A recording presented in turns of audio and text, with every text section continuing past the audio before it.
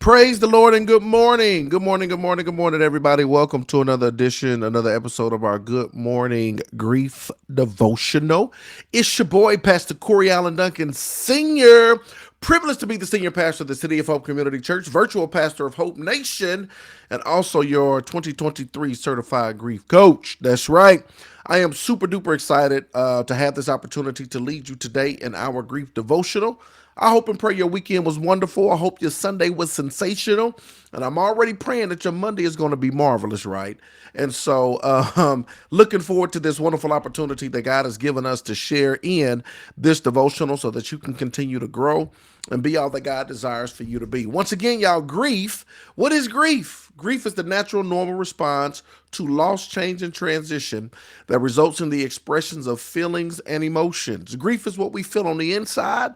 Mourning is how it is expressed on the outside. Therefore, we don't suppress it, but we express it. And that's why we say good morning, because mourning is a good thing. Mourning is a good thing. Mourning is a good thing.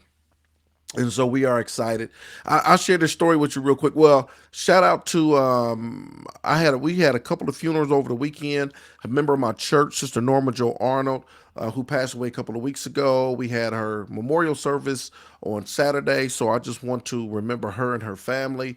And then Sister Gisette, she buried her mother over this past weekend, so continue to keep her lifted in prayer. And this is 4 months after she buried her daughter, and so we want to continue to keep her lifted up in prayer. I want to share this story. Grief, we talk about grief, it deals with loss, change, and transition. I want to share that. Y'all pray for my daughter too. I want to share a story about my daughter. So my daughter Zion, she's 13, and during the pandemic, she came to us during the pandemic because she wanted a bunny, she wanted a rabbit, she wanted a bunny. She was just begging for a bunny. The pandemic, everybody was in, wasn't nobody going nowhere.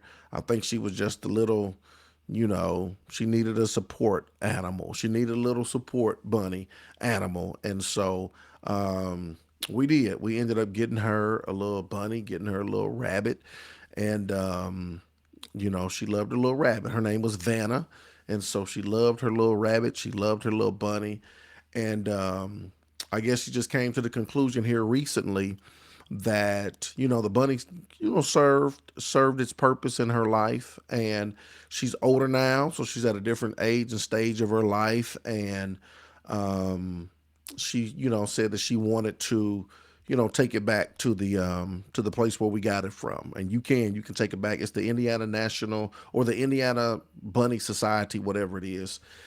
And so we allowed her, she said that's what you want to do. And so she took the money back this weekend. We helped her to take it back, and held space for her. And she grieved. She grieved in that moment. Remember, grief deals with loss, change, and transition. And so she grieved. She was sad and she wept, and they gave her time to spend with the bunny before she left. And so she cried and played with the bunny and got up and left and came home. And actually, we had a funeral, so she came to the funeral. And then afterwards, because I didn't get to go with them to take the money back, but afterwards she seen me and just fell in my arms and just, sat there and wept for a while. And I told her, whatever you want to do today, we got you. We're grieving, so we're holding space for you. And so we went out to eat and celebrated, and did some other things. We gonna help her do some other things to navigate through. But I wanted to share that story because just being able to instantly recognize that this is grief, this is loss, this is change, this is transition, right? And so even for a 13-year old, and grief is what you feel on the inside. Mourning is how it is expressed on the outside. So we mourn, and we talked about it, and just navigating through that situation. So even for people who have kids, right? Just remember, y'all, that kids grieve too. And I want you to remember this, that grief is, and I know this platform, the primary focus is death and the transition of our loved ones. But you got to remember that grief deals with any loss, change, and transition. Any loss, change, or transition. So whatever loss, change, and transition you're going through, whether it's the loss of a pet, the loss of a job, the loss of a relationship, the loss of a friendship, the loss of a geographical location. Whatever it is, if it's lost, if it's changed, and if it's transition, there may be a season of grief, right? If you're feeling some type of way and you can't quite put your finger on it, you're saying, I just feel some type of way, but I just don't know what it is. You can't quite put your finger on it. Yeah, there's a great possibility that it may be grief, right? So, more than anything, this platform is designed to bring about awareness. It's designed to bring about some education, and it's designed to bring about action, right? Awareness, education, and action to help you as you navigate through this thing called life. And so I just wanted to share that with you. I was led to share that with you, and thank you for indulging me. Let's get into today's lesson, y'all. Today is day 58. We're going to talk about get involved. Today is day 58. We're going to talk about get involved. Get involved. Get involved. Our grief quote for today. Today's grief quote comes from Pauline Kezer, which says, when you do nothing, you feel overwhelmed and powerless. But when you get involved, you feel the sense of hope and accomplishment that comes from knowing you are working to make things better. When you do nothing, you feel overwhelmed and powerless. How many do nothings do we have on here? I keep getting these mixed up. How many do nothings do we have on here, right? How many of you that when it comes to your grief, you can say, Pastor, that's me. I've been in the do nothing category. I've done nothing, right? Or you have moments or seasons or times where that's me. I'm in the do nothing, right? This is what you got to be mindful of. When you do nothing, you feel overwhelmed and powerless. But when you get involved, you feel the sense of hope and accomplishment that comes from knowing you are working to make things better. You only got one or two choices, y'all. Do nothing, get involved, right? Do nothing or get involved. You only have one or two choices. When it comes to your grief, when it comes to what you're feeling, when it comes to what you're going through and navigating through, you only have one or two choices. You're going to do nothing or you are going to get involved. Come on, let's get into the devotional. Many people do little or nothing with their grief. Many people do little or nothing with their grief, buying into the cultural misconception that it's better to keep their grief to themselves and get over it as quickly as possible. I want to tell you that our culture is anti grief, and I don't think it's really intentional. I think it's out of ignorance, right? There are many cultural misconceptions, and our culture tends to be anti-grief. We talked about this last week, that even when it comes to bereavement, they give you 3 days until you come back to work, right? And we all know that 3 days is not even enough time to make funeral arrangements, right? So 3 days definitely is not enough time to grieve until then to work yourself back in the rhythm of normalcy. So we live in a culture that it really doesn't consider grief. It really doesn't consider those who are grieving. I remember taking this. I was taking this training, this workshop. I was taking this course, this speaking course. And it was at the same time I was getting my grief certification. And they were saying that you got to pick a niche. You got to pick a niche and you got to narrow your focus. And I didn't know at the time for the workshop if I wanted to talk about student athletes, because I'm a chaplain at a high school. So I didn't know if I wanted to do student athletes. I didn't know what direction I wanted to go. So for a minute, I started to talk about, grief. And I said, well, I think I'm going to focus on grief. And this was a speaker's training. And so I said, I'm gonna focus on grief. And the leaders of the training, they was like, grief, you gonna focus on grief? Ain't nobody gonna pay you to speak on grief. And then there were other, educators and other people, principals and executives at jobs, and they was like, would you pay somebody to come in to do a professional development on grief? And they were like, nope. And then they asked somebody else, would you pay, other organizations, would you pay somebody to come in to do a professional development on grief? And they was like, nope. And I said, well, this is what you got to understand, and I go into my spiel, see, grief deals with loss, change, and transition. And they just tried to shut me down. They just tried, because the only thing they could think about was, well, if somebody dies, then they got grief counselors you can go to, but you need to pick something else, right? And so just totally ignorant, totally ignorant, not understanding. Check this out. Even from a corporate or even an educational standpoint, grief can affect your bottom line. Because if I'm present but I'm absent, right? Or if I can't perform adequately, right? How much fine how is this going to affect the company? How, if it's going to affect my performance, if it's going to affect the bottom line. So what can we do to put some things together that will work to empower organizations, right, to be able to help their employees navigate through? And I ain't talking about just go see the grief counselor. No, how can we bring about awareness and education and action to really help, to deal with this topic? And so we live in a culture that doesn't consider grief at all, right? So many people do little or nothing about their grief, buying into the cultural misconception that it's better to keep their grief to themselves and get over it as quickly as possible. That is definitely a cultural misconception. And if that's the mindset that you have, I want to tell you, it's not good at all. If you are the individual that says, I'm going to keep this to myself and I'm going to get over it myself, I'm telling you, it's not good. They lock their true thoughts and feelings inside and end up feeling overwhelmed and powerless.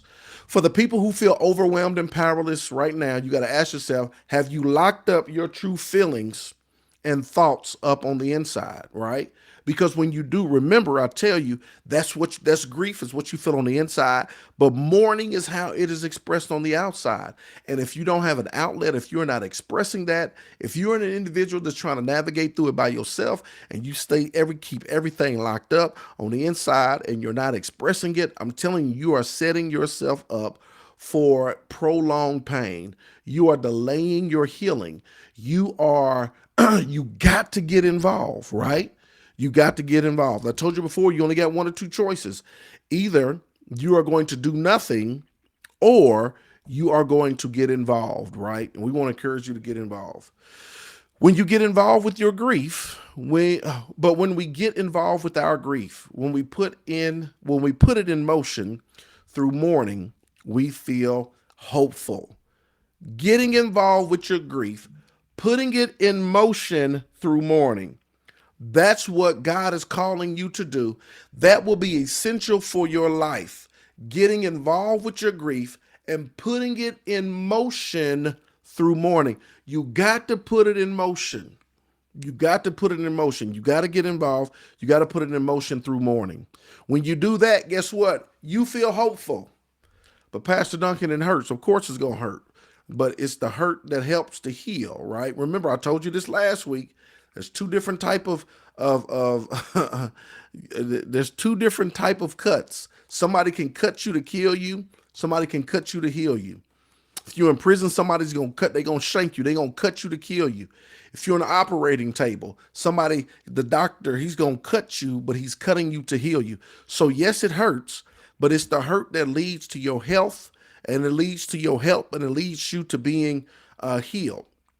That we feel this sense of accomplishments. We feel hopeful. We feel that sense of accomplishment that comes from knowing we are working to make things better for ourselves. That's the sad thing about our culture's grief avoidance. It actually hurts us, right? Only by engaging with our grief do we heal. Only by engaging with our grief do we heal. Look at our final thought. Today I will get involved with my grief. This is just another reminder. Only by engaging with our grief do we heal. Only by actively getting involved with our grief and mourning do we find ourselves in a better place, in a better space. Do we feel hopeless, not overwhelmed, not powerless, but we feel hopeless when we get involved. So I want to encourage you. You only got one or two choices. Do nothing or get involved. I want to encourage you this week. I want to encourage you today.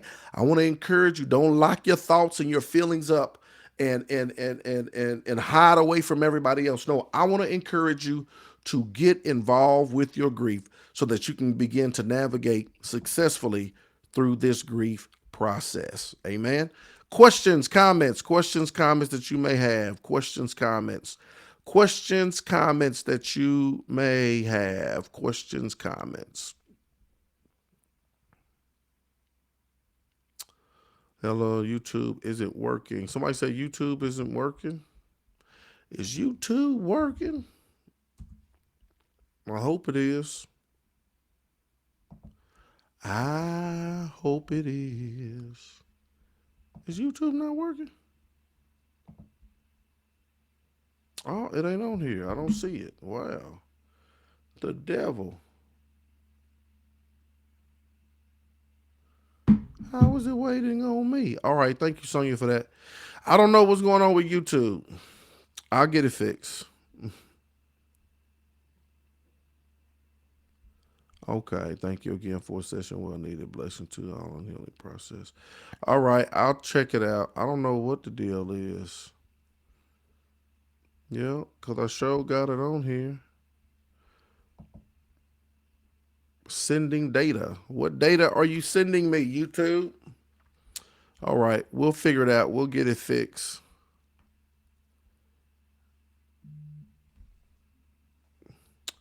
Yeah, we'll figure it out. Any questions? No questions. Any questions? Comments? Yeah, I apologize for that. I don't know what's going on with YouTube. Um, yeah, it says waiting. I don't know what it's waiting for. Waiting for Corey Duncan 8 a.m. Yeah, I don't know. Three waiting schedule. I don't know. That's strange. That's strange. We'll figure it out. Do you have a number you can call in? You mean, do I have a number where people can call in to hear this? Or are you saying, do I have a number where people can call in to hear this broadcast? Is that what you're asking? Yes. We do. I didn't set it up for this platform, but we can. I can. So I mean, I can set that up. Is that what you need, or is that what you would prefer? A call in number? We can set it up. We can definitely set it up. We got one for our 7 a.m. devotion. I didn't go that route for this devotion. It's just another step, but it's. I mean, it's no problem. It's something we can do. We'll do it. We'll do it for a week. I'll see if people take advantage of it. If they do, then we can keep it going. Otherwise, yep, you will just have to tune in. Questions, no questions, no comments. Well, look, this is round of pulling for some my computer mess up. Yes, I got you. So yeah, I see you call in on the 7 a.m. one too. So yeah, we do. I know people did that. I didn't start it for this one, but it's something we could possibly do. Um, is it on the CLH app? Yep, it's on the CL. It's on the app. So if you go to app, you asking is the number on the app or is this devotional on the app? Because the devotional is on the app. But it's the same number. It would be the same number for the 7 a.m. devotional. So it would be the same number for the 7 a.m. devotional.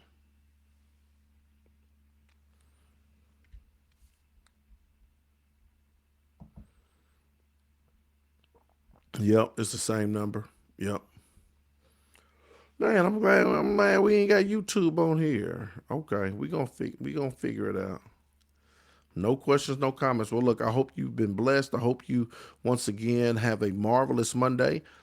Make sure you go over to the village, y'all. Help us to navigate through that village so we can continue to grow and be all that God desires for us to be. I love y'all with the love of the Lord. I look forward to seeing y'all again tomorrow, 8 a.m. Continue to mourn meaningfully. In Jesus' name. Let's go.